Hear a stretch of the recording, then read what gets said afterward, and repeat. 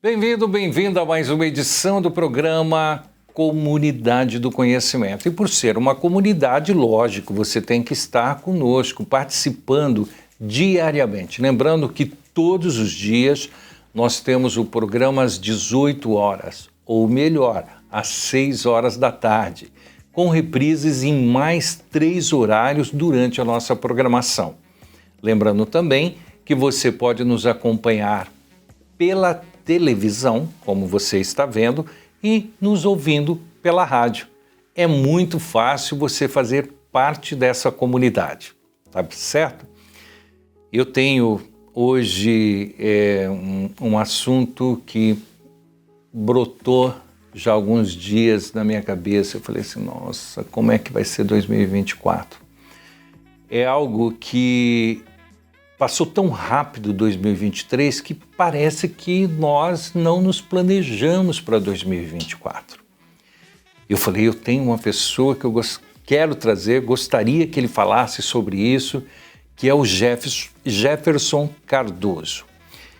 Ele tem uma empresa chamada Intalent e tem assumido uma relevância profissional não digo de fazer inveja, mas é quase isso, mas de mostrar realmente por que e para que pessoas são diferenciadas. Sempre digo aqui, não são pessoas diferentes, são diferenciadas. E é o que faz total diferença, né? Já que eu estou falando em diferenciado, total diferença nesse universo a qual nós queremos a cada dia, a cada momento, a cada hora, a cada segundo, se inserir. Nem são as pessoas, às vezes, que nos cobram tanto. Somos nós mesmos que nos cobramos e nós não estamos tendo limites para isso. 2024 está aí, né? Começando, e se tiver pessoas ao seu lado que você possa conversar sobre isso, é muito importante, porque eu tenho a pessoa com quem eu vou conversar, que é o Jefferson, mas isso logo após a vinheta do nosso programa.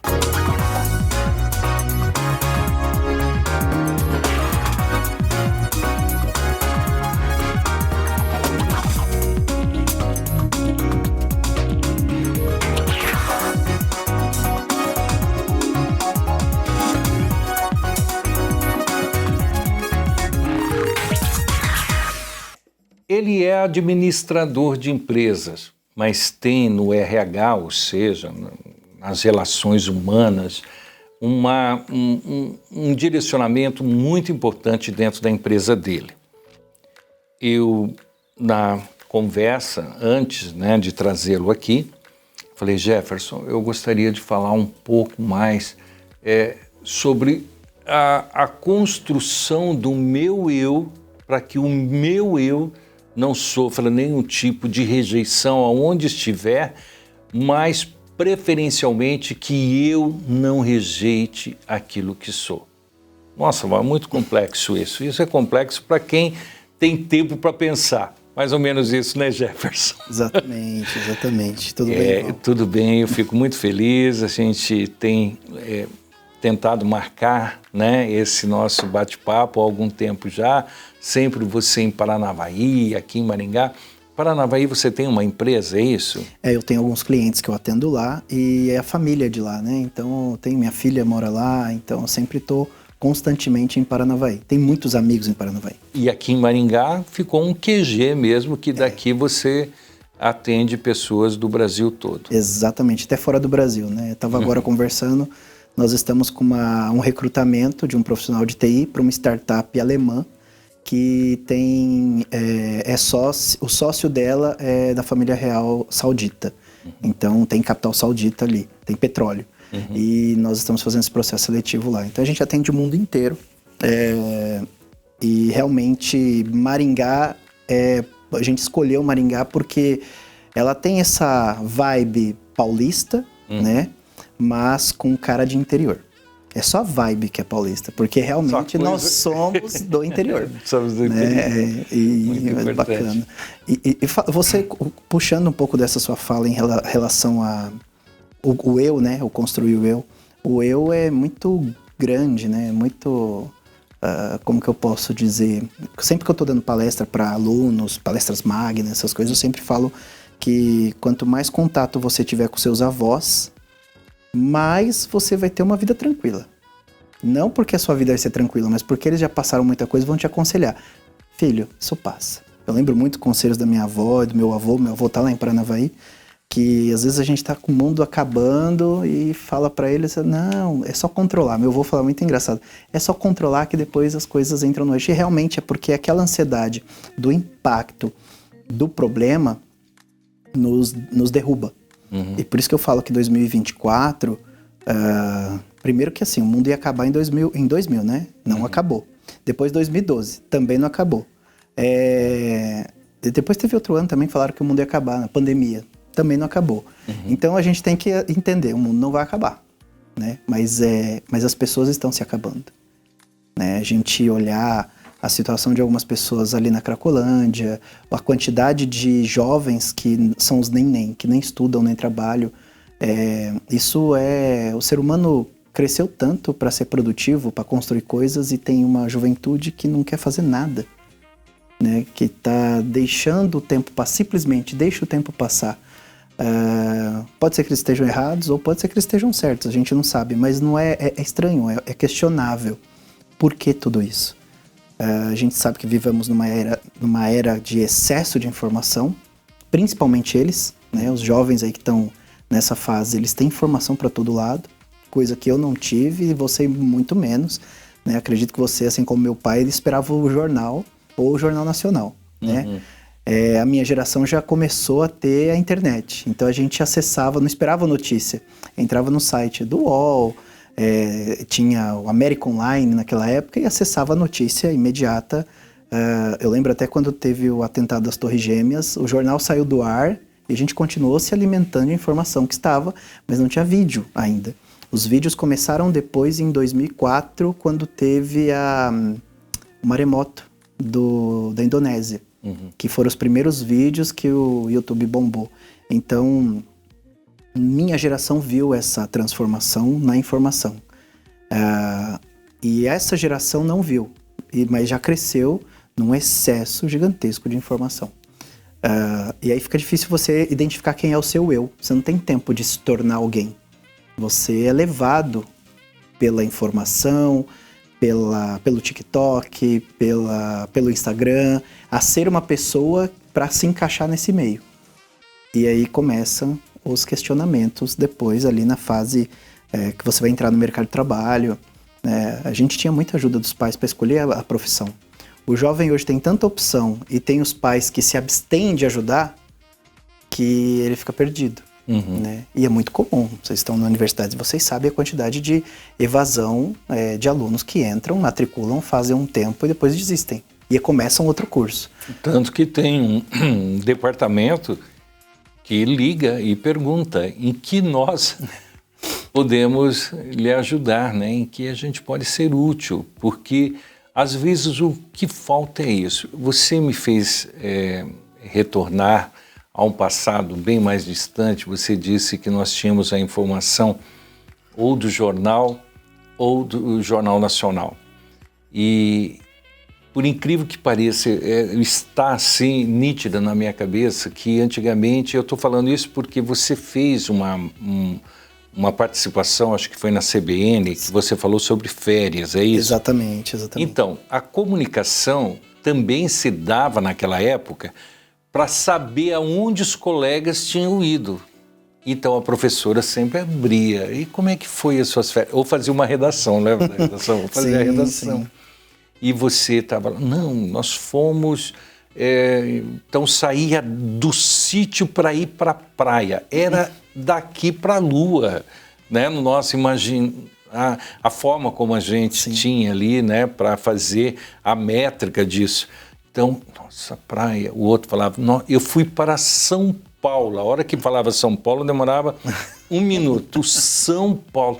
Nossa, como deve ser São Paulo.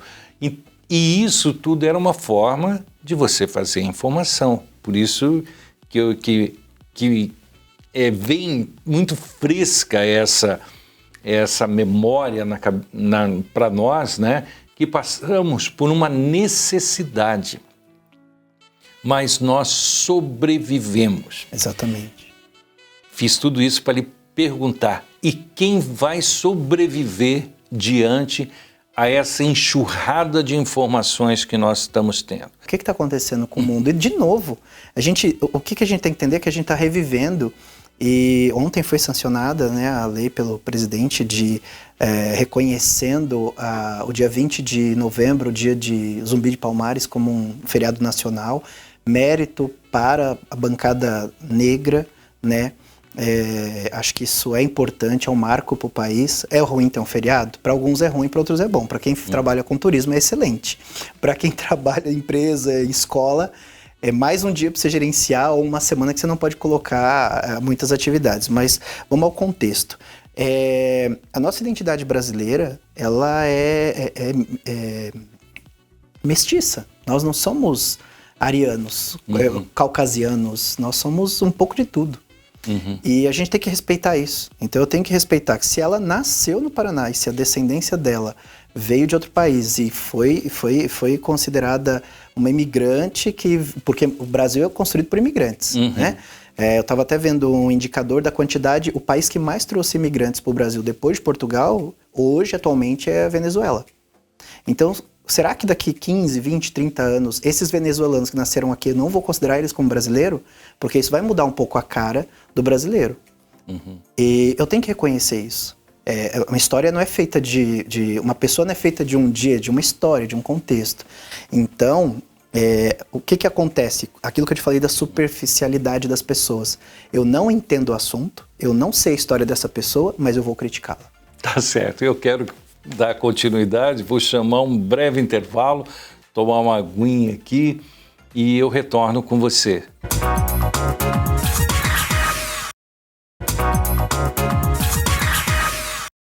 De volta com o programa Comunidade do Conhecimento, que você vê pela TV Unicesumar e ouve aí pela nossa RUC FM. Eu tenho a oportunidade de conversar com o Jefferson Cardoso, ele que é administrador de empresa e é também proprietário da Intalent, que tem toda a formação dos profissionais que lá estão, ou seja, daquela equipe voltado a RH, ou seja, relações humanas. Quando se fala em relações humanas, geralmente, ou quase 90%, já remete a uma pessoa que faz aquelas entrevistas para o emprego. No caso da sua empresa, isso é diferenciado, e de outras também. É procurar o emprego certo, para a pessoa certa e a pessoa certa para aquele emprego que alguém te posiciona. Mas você havia dito que alguém já te chamou aí para uma vaga internacional, logicamente pegando num celeiro que é Maringá e fazendo esse recrutamento.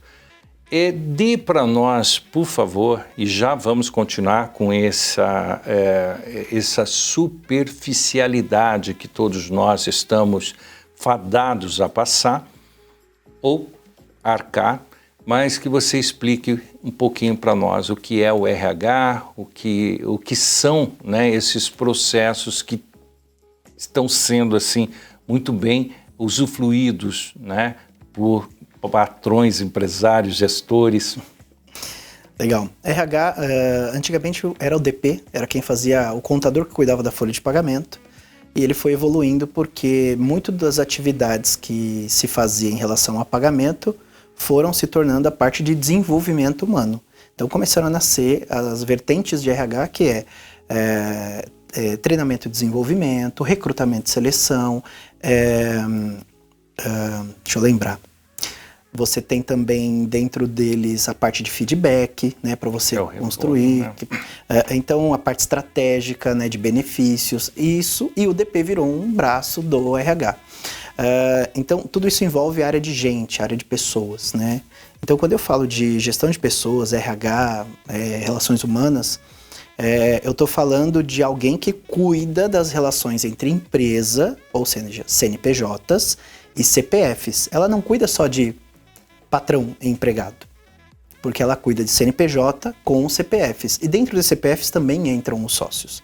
Então, normalmente o RH, ele tem quase que uma posição de juiz. Define-se uma regra e normalmente para que servem as regras? Para serem não seguidas. E aí o que acontece com o RH? Cai no colo dele para resolver. Porque se as pessoas seguem as regras, você não tem o que resolver.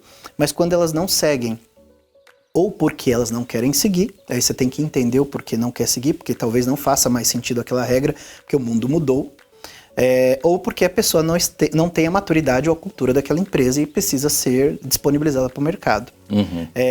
E do outro lado você tem, às vezes, a sociedade também pensando em estratégias de como, através de remunerações, benefícios, fazer com que as pessoas tragam mais resultado. Então o RH está sempre ali, só que sempre olhando para a empresa, para o longo time, né? Para o tempo longo que essa empresa tem que durar. É uma profissão que está em alta, principalmente depois da pandemia, justamente porque a pandemia ela tirou um vínculo que as pessoas tinham com uma empresa só. Eu estou em casa, então eu posso trabalhar para qualquer empresa, para qualquer lugar. Antigamente, quando você... A gente fala antigamente, parece que a gente é velho, mas não é. Uhum. 2020, antes de 2020, né, antes da pandemia, você para sair de uma empresa e ir para outro emprego, você observava, isso quando você não tinha o trabalho remoto, se a empresa ficava no caminho para levar seus filhos na escola, qual era o impacto no trânsito, se essas questões pesavam muito. A partir do momento que eu entrei para trabalhar dentro da minha casa, eu posso trabalhar para qualquer empresa, de qualquer lugar do planeta, em casa. Então, onde eu moro, o que eu faço, a minha cultura já não influencia mais. Eu presto serviço para alguém, né, ou trabalho para alguém, e eu ganho por isso e entrego aquilo que tem que ser feito. Em muitas empresas eu não tenho mais contato com ninguém. É só com quem está passando o trabalho para mim e quem eu entrego o trabalho. Isso fez com que as pessoas trocassem de trabalho. E aí surgiu a dúvida. Como que eu resolvo isso? É o RH que resolve? E o RH vai ouvir as pessoas, vai entender o motivo pelo qual as pessoas estão saindo da empresa. Muitas vezes a gente acha que é salário, mas a última pesquisa do GPTW, que é o Great Place to Work, que é o selo das melhores empresas para trabalhar, ele faz essa pesquisa e ele trouxe que o que mais faz com que as pessoas permaneçam numa empresa não é salário. O que você acha que é? Eu acho que é o bem-estar.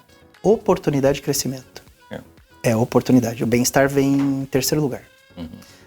O salário em quarto. Então, assim, o salário se tornou irrelevante. E se você olhar, ele é muito padrão. E aí as pessoas começam a escolher as outras empresas não pelo salário. Mas será que eu vou dar conta desse trabalho? Será que o meu líder vai me dar suporte, atenção? Será que eu vou ter as ferramentas necessárias para chegar no resultado? Será que eu vou crescer como pessoa ou como profissional? E isso faz com que as pessoas permaneçam mais num lugar. Ela sente que ela está crescendo profissionalmente. Nós fomos criados um mundo onde crescer financeiramente era mais importante do que crescer como pessoa ou como profissional. Essa geração, não. Porque normalmente já tem tudo. Eles saem para trabalhar, normalmente na casa tem 2 ou 3 carros na garagem. A maioria. Mas você acha que começou isso com a pandemia ou antes da pandemia? Começou antes da pandemia. Porque eu convivo socialmente com alguns sobrenomes, né, em Maringá. E a gente observa, né, que pai e mãe sempre presente. Exatamente. E o filho não tão presente, mas ele sempre presente. Então a casa tem que ter, ou a empresa tem que ter um cara de uma casa que tenha vida. A empresa tem que ter vida. Exatamente. E às vezes aquela vida não está querendo ser nem vista. Exatamente. Né? Então por isso que eu pontuei isso. Isso vem de algumas décadas atrás, não exclusivamente. Eu acho que houve um amadurecimento desse posicionamento comercial ou empresarial e foi aí que a gente conseguiu sobreviver, né? Com exatamente. A pandemia. Nós vínhamos evoluindo profissionalmente, o mercado de trabalho no Brasil vinha evoluindo assim. Mas a pandemia, ela fez a gente evoluir uma década, 10 anos. A gente evoluiu 10 anos em um ano, praticamente. Eu tô para te dizer, que eu já ouvi alguns especialistas, estão fazendo estudo para isso, que nós evoluímos 10 anos em 2 semanas, que foi aquelas 2 semanas de parar. Eu tive que evoluir, eu tive que evoluir. Isso criou traumas.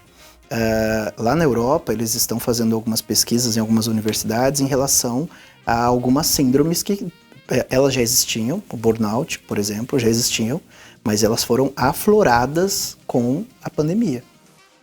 E alguns estudos já começam a apresentar, isso foi informação extra confidencial, né,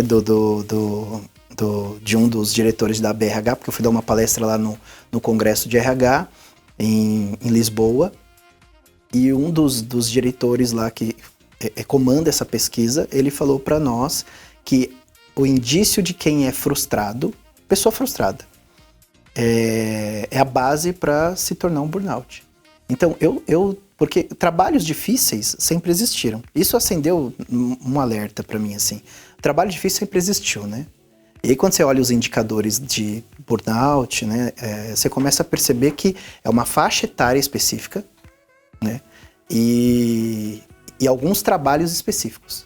Você, em algumas atividades, você não percebe aparecer essa estafa profissional, esse cansaço, esse desgastes. E aí, casa muito com o excesso de informação, casa com aquela frustração própria da pessoa. Uhum. Por isso que eu falo que quem vai sobreviver em 2024 é quem sabe melhor lidar com os próprios anseios. Nós fizemos aqui, no nosso bate-papo, eu fiz questão de anotar, que é um profissional que ele tem que ser administrado pelo pessoal, mas ele não consegue identificar o emocional, você entendeu? É o profissional que o pessoal tem que estar lá, né? Não existe o profissional sem o pessoal, mas o emocional, ele está dentro de tudo. Conversei um pouquinho com você, você vem e fala sobre o superficial. Então nós estamos hoje tendo isso também, né? Nós estamos sendo superficiais em algumas situações. Eu tenho para te dizer que, vou até fazer uma analogia, vai ser engraçado. Uhum. A média de tempo de um casamento hoje é menor que a média de um tempo de um financiamento. Faz sentido um casal financiar uma casa em 40 anos se o casamento deles não vai durar 10? Não faz. E por que isso? Porque as relações estão se tornando superficiais. As pessoas estão mais preocupadas com o seu individualismo, e isso até em relação à empresa. Por que as pessoas estão trocando tanto de trabalho? Porque elas não estão conseguindo esperar o tempo que se leva para construir uma carreira. E qual é esse tempo? Você tem uma base para você criar uma carreira? Eu vou fazer uma outra construção de ideia para você entender o raciocínio. Uma aeronave, né, isso aconteceu na pandemia. Pandemia, o setor aéreo teve uma crise, né, muito grande, porque parou os voos. E as empresas aéreas, rapidamente, o que um administrador de uma empresa faz? Corta custo, porque eu estou sem faturamento, vou cortar custo. Qual que é o maior custo de uma empresa aérea? Piloto. Eles mandaram, nos Estados Unidos, se eu não me engano, foram 300 mil profissionais embora, não pilotos, no todo, e na Europa deu mais de 140 mil. Mandaram embora, mandou para casa, não vai ter voo, tá tudo parado, tudo fechado, aeroporto fechado. E aí tiveram uma crise agora, recente, em 2022, no verão. Por quê? Uma aeronave custa 180 milhões de dólares. E aí você tem uma aeronave nesse valor, e você precisa formar um piloto. Um piloto para voar num 747, ele tem que ter muitas horas de voo. Se não me engano, mais de 10 mil horas de voo. Para ele ser um piloto, para poder pilotar essa nave. Então primeiro, ele é um piloto de uma aeronave pequena, um copiloto de aeronave pequena, depois um piloto de aeronave pequena, depois um piloto de aeronave média, copiloto, piloto, copiloto, piloto. 10 anos para chegar a ser piloto de um 747. Nós estamos acelerando tudo, EAD, dá para o cara pegar o EAD e esmiuçar, vou fazer minha formação de 5 anos em 3, em 2, em 1. Dá para fazer? Dá. Mas por que eu preciso de horas de voo? É igual ao empresário. Por que eu preciso de anos de experiência? né? Por que eu preciso? Porque se eu tenho uma empresa, ou se eu tenho algo muito caro na minha mão, eu preciso ter muita responsabilidade. E quando eu falo de uma aeronave que custa 180 milhões de dólares, na mão de uma pessoa com 2 anos, se você fosse dono de uma empresa aérea, você colocaria? Não. Complicado. Com mais 300 vidas dentro, é impossível. E aí essas empresas falaram, opa, gente, o mercado voltou, vamos contratar todo mundo de volta. As pessoas não esperam, elas foram lá e construíram outras carreiras. Foram para a área de TI, montaram o resort, montaram pousada, não voltou. Sucesso para você, meu grande líder do Shawa. Obrigado, tá bom? obrigado. E volte mais vezes. Volto sim. Só encontrou alguma coisa, falar, nossa, eu acho que o pessoal lá tem que saber sobre isso. Trago que a gente vai estar, né, inserindo aqui, tá bom? Perfeito. Muito obrigado, Obrigado, Jefferson. Eu conversei com o Jefferson Cardoso. O Jefferson é uma pessoa que eu conheço já há algum tempo e as palavras sobre 2024 nós tentamos aqui colocar à sua disposição. Mas converse com você um pouco. Eu vou lá conversar comigo mesmo. Conversa um pouquinho, tá? Vale a pena, tá bom? Um grande abraço a você. Esse foi o Comunidade do Conhecimento e até uma próxima oportunidade. Até lá.